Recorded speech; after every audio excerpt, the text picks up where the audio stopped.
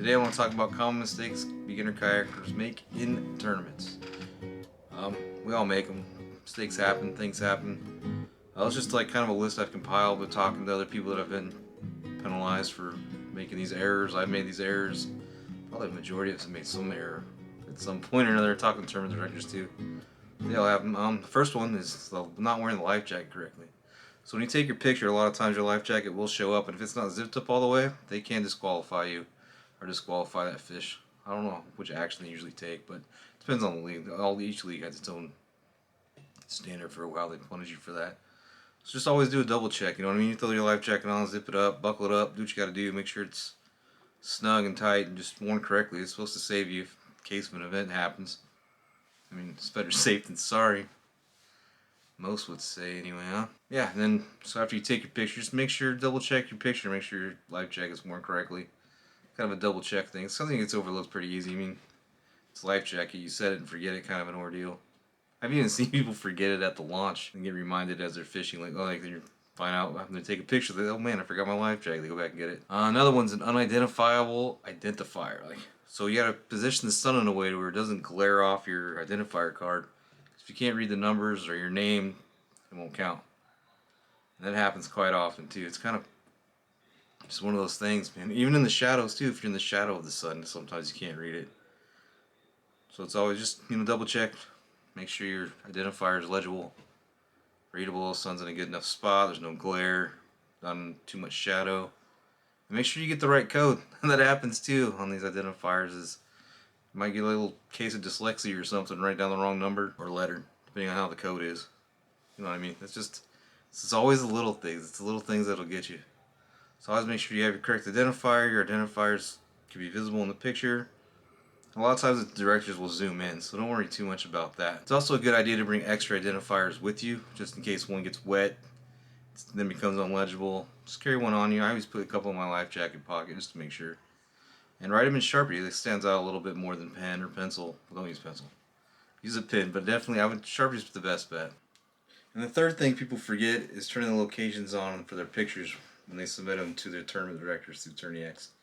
It's just important, you know what I mean? These tournaments have locations, they have boundaries, they have to be in public waters. One way for these tournament directors to verify that is through the GPS through your phone, turned on for your pictures. Yeah, it's important. It's definitely important. And a lot of times, you don't get disqualified. You won't get disqualified. Your fish will. A lot of times, tournament directors call you and let you know, hey, your locations aren't on. And the turning locations on depends on your cell phone. I'm not really sure how it works for Android. For iPhone, it's in settings. Just go to settings, pictures, click on GPS location. The other thing you can do too is if you take a picture, a lot of times you go to your photo gallery to show you where that picture was taken. So I'll take one at the boat launch just to verify that my GPS for my camera is on and it knows where I'm at. And it's pretty accurate. Accurate enough to where I won't get in trouble. Another thing people do often is submitting the same fish twice, or more than that sometimes even. And it gets confusing. When you look at your photo galleries, you're catching fish during these tournaments, it's kind of hard to tell where one begins and one ends. I have an example here of one from the native no limit tournament. Like, I didn't submit 3 fish from it because I just couldn't tell where the one ended and one began until I studied it when I got home later on. Like, man, I could have gone a couple more places, but mistakes happen, things happen, but it's just double check to correct this or kind of prevent it from happening. I like to take a picture of landscape or my sonar after releasing the fish and before I catch another one, just to kind of put it something in between the fish catches. I can kind of tell where one begins and one ends, and another one is caught. It can get confusing, especially if you're catching a lot of fish, and only 5 of them count. I mean, and sometimes you don't have cell service, so you're submitting all of them at one time. And it can get it's easier to keep track if you break up those pictures with other pictures of landscapes or even your face. It's just anything different than what's already there. And the other thing people forget to do, mistake that's made, is signing up on time for the tournaments. A lot of them have a 1 week out, and a tournament director will allow you to sign up, but it's going to cost you extra if they allow it. Not all of them will allow it. Sometimes they're just no. Especially if you make a habit of it. Eventually they're just going to not let you do that. They're not going to be able to.